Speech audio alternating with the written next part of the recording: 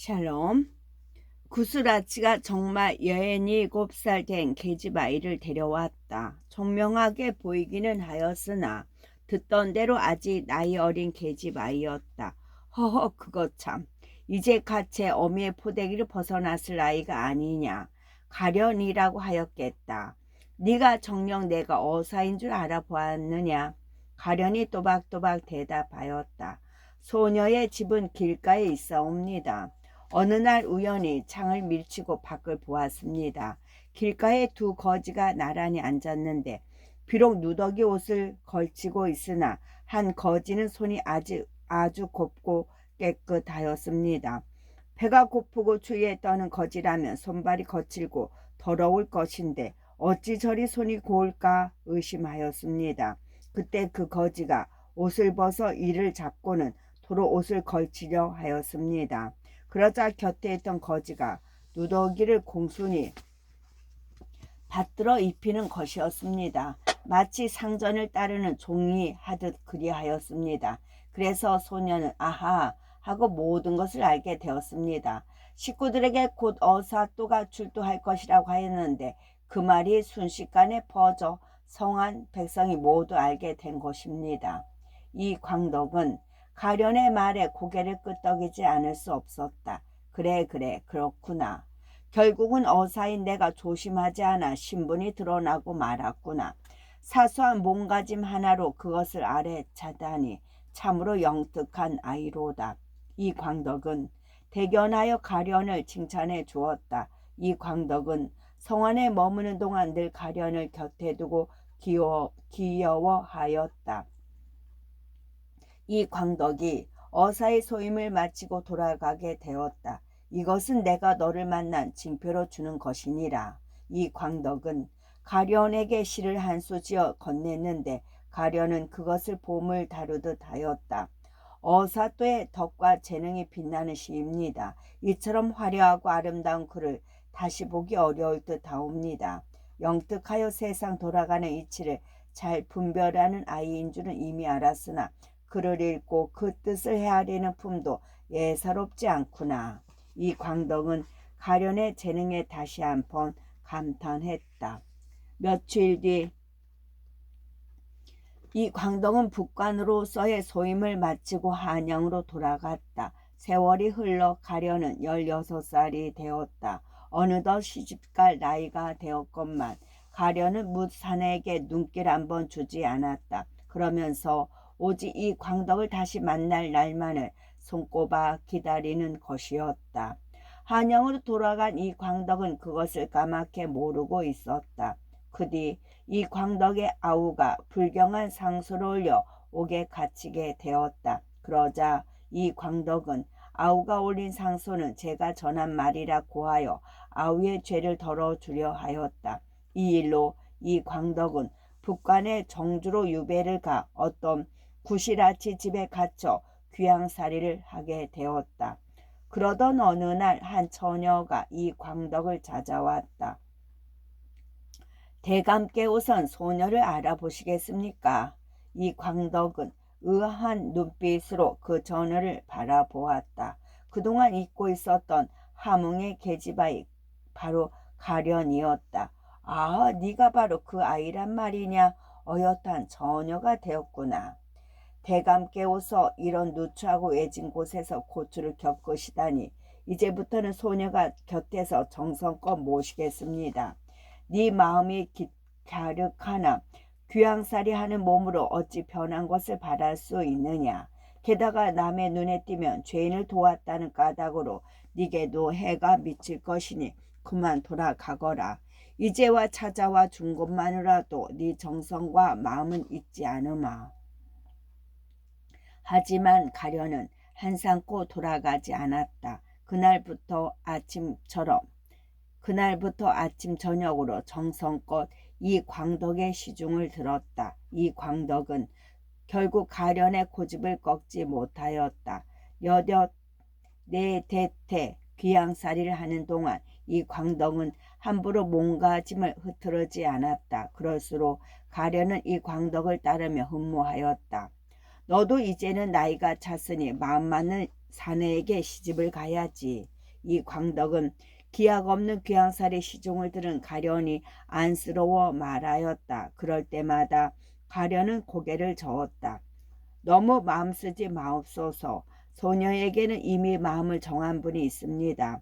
소녀는 그저 대감께서 유배에서 풀려 돌아가실 날만 손꼽아 기다릴 뿐입니다. 제가 공명이 어릴 때 아버지를 잃고 숯불을 따라 형주에서 밭을 가며 지낼 때였습니다. 마침 형주 땅에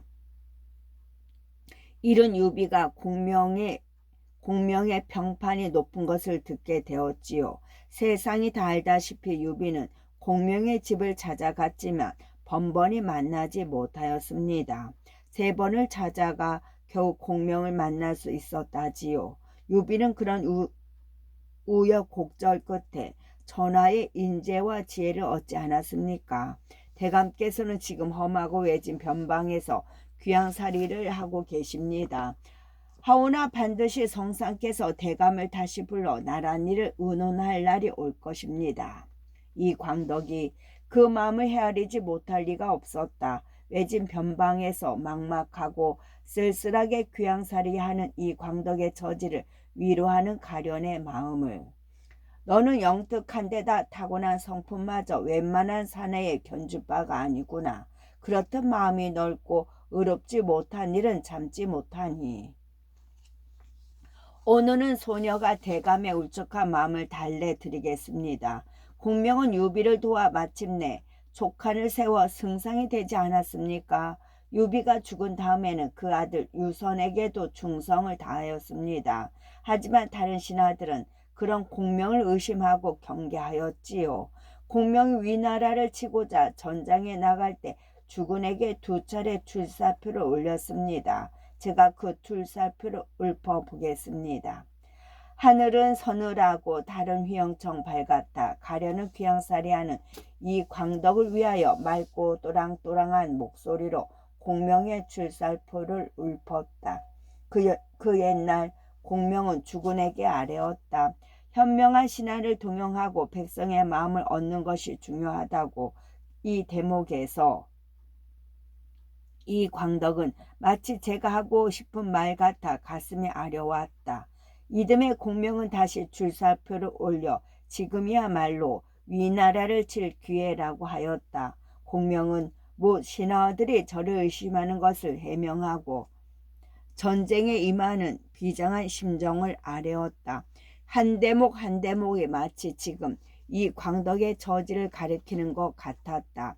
가련은 시퍼런 하늘에서 백학이 울듯 노란 꾀꼬리가 연두빛 버드나무에서 노래하듯 출사표를 읊었다. 이 광덕은 어느새 눈물로 옷깃을 적셨다. 네가 이래도 내 마음을 깊이 헤아리고 달래주는데 어찌 답가가 없겠느냐. 이 광덕은 가련에게 시를 한 수 읊어주었다. 북관 땅 여걸이 치렁치렁한 머릿결을 들어 나를 위해 소리 높여 2 출사표를 읊는구나. 그 노래가 공명을 3번 찾아가 불러낸 땅에 이르니 귀양살이 이 몸에 맑은 눈물 줄기줄기 흐르는구나. 훗날 이 광덕은 귀양살이에서 풀려나 돌아가게 되었다. 떠나기 전에 이 광덕이 가련에게 말하였다. 그동안 나를 위해 고생을 마다하지 않은 너를 어찌 함께 데리고 가고 싶지 않겠느냐. 하지만 세상에 눈이 있는데 귀양살이를 겨우 면한 저지로 차마 젊은 여자를 거느리고 돌아갈 수 없구나. 내가 먼저 돌아간 뒤에 곧 너를 부를 것이니 조금 더디게 떠난다고 너무 섭섭해하지 마라. 소녀는 대감께서 귀양살이에서 풀려난 것만으로도 그저 기쁘고 더 이상 바랄 것이 없사옵니다. 가련은 기꺼이 마음으로 고개를 끄덕였다.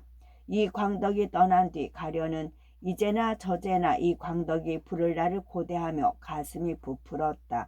그러나 겨우 귀양살이에서 풀려나 돌아간 이 광덕은 얼마 안 돼 병을 얻어 그만 세상을 뜨고 말았다.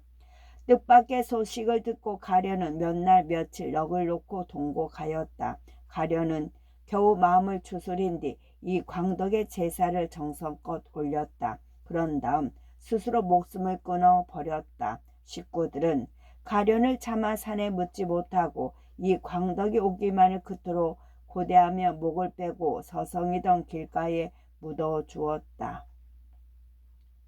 이곳에 그런 사연이 있었구나. 관양 대금은 내 어찌 모르리. 지난날 각자 어사의 소임을 받아 내가 영남을, 관양 대감이 호남을 어려움을 들어 돌본 적이 있다. 또한 서로 다른 자리에서 이인좌의 난을 병정하는 데 공을 세우기도 하였고 경상도와 전라도 감찰사를 나눠 맡기도 하였다. 그런 대감을 중심으로 모시던 저자의 지혜와 의리가 참은 놀랍고 애틋하도다. 박문수는 그 무덤에 북관역을 가련의 묘라고 비를 세워 그 영혼을 달래도록 하였다.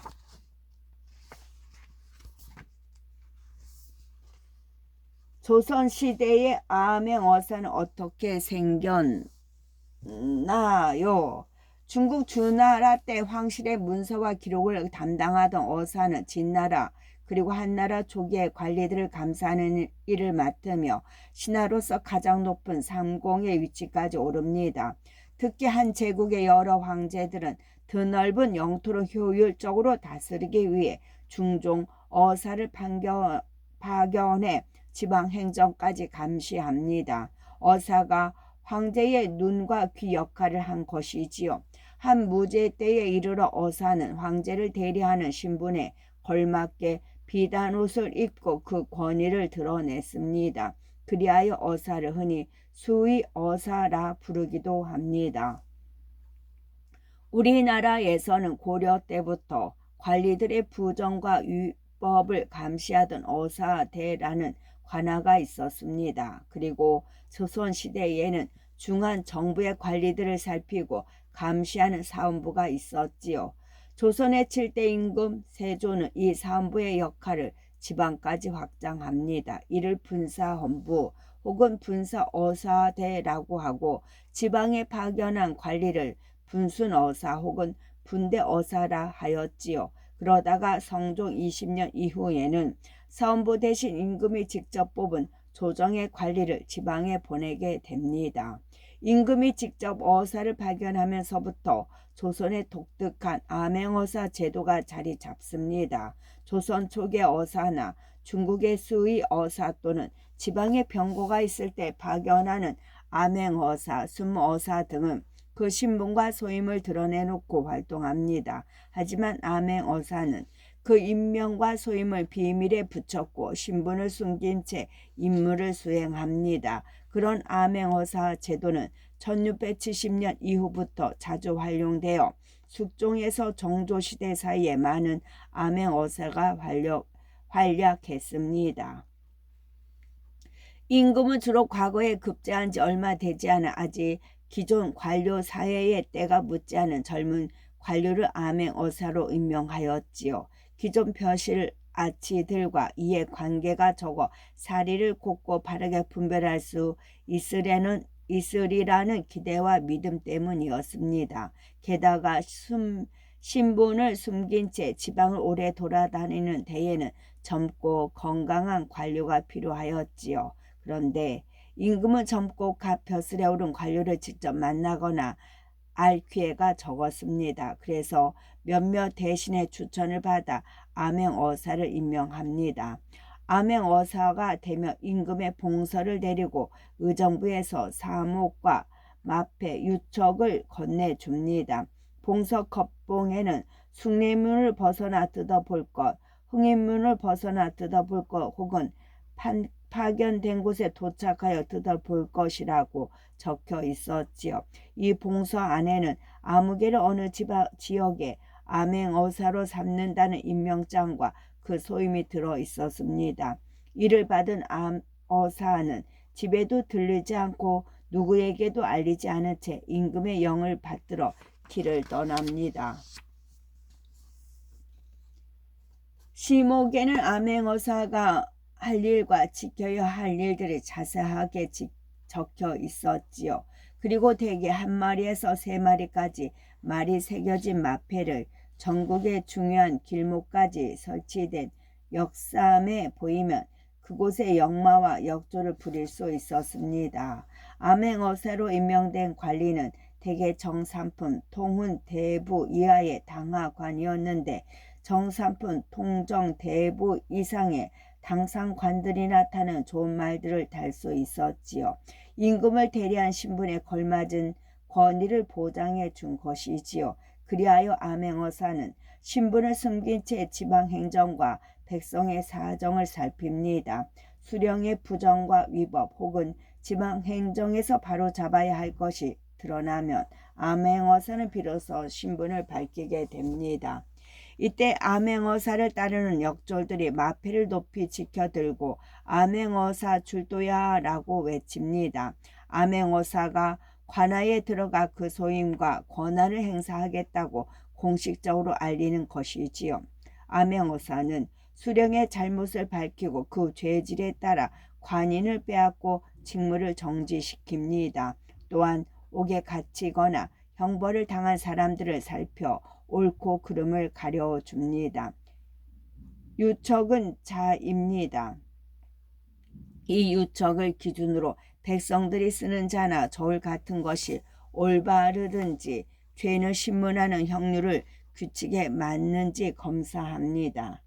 육척은 자입니다. 자, 소임을 모두 마치며 암행어사는 그동안 살핀 일을 낱낱이 적고 효자와 연료 등의 이름을 별단에 적어 임금에게 올렸습니다. 그렇게 하여 백성의 고통을 살피고 임금의 통치 방침을 널리 알려 지방행정을 개선한 것입니다. 그러나 암행어사가 그 소임을 제대로 하기 힘든 지역도 많았지요. 국경 지방이나 제주도 같은 섬 지역에서는 낯선 사람이 쉽게 눈에 띄기 때문입니다. 산간 벽지를 돌아다니다 도적이나 짐승의 습격을 받기도 하고 병에 걸려 죽는 경우도 있었습니다. 지방 수령이 거짓으로 암행어사 행사를 해 어사의 임무를 방해하기도 하고요. 어사가 올바르지 못한 복을 올려 조정에 문란을 일으킨 적도 있습니다. 조선의 독특한 암행어사 제도는 고정 29년 어사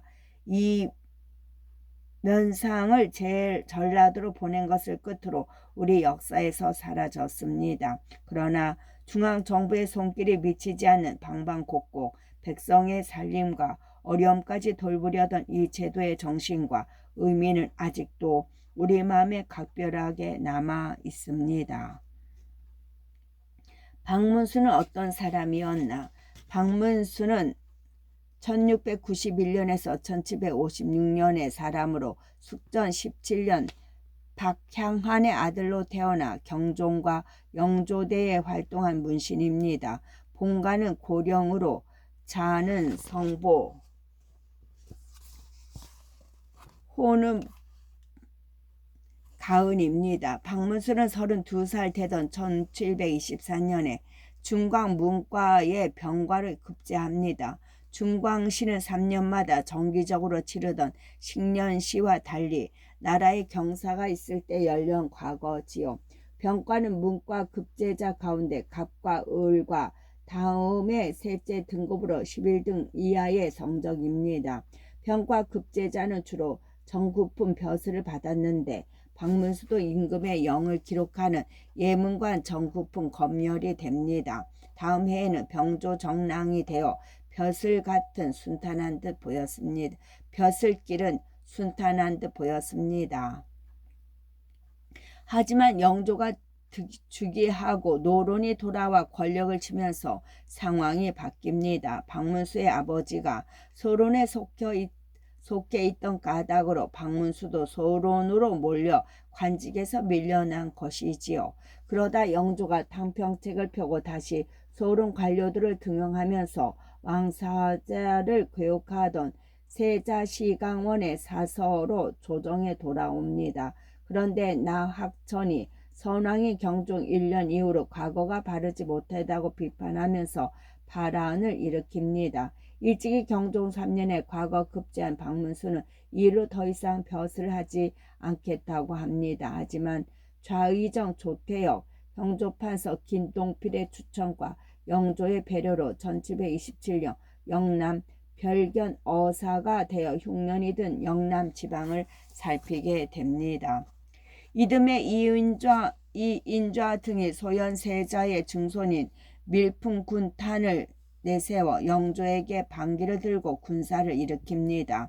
박문수는 이때 종사관으로 출전해 난을 진압합니다. 이로 공신이 되어 영성군에 봉해지고 경상감사가 됩니다.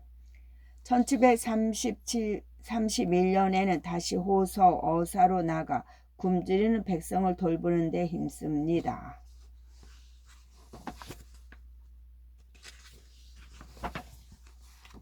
끝.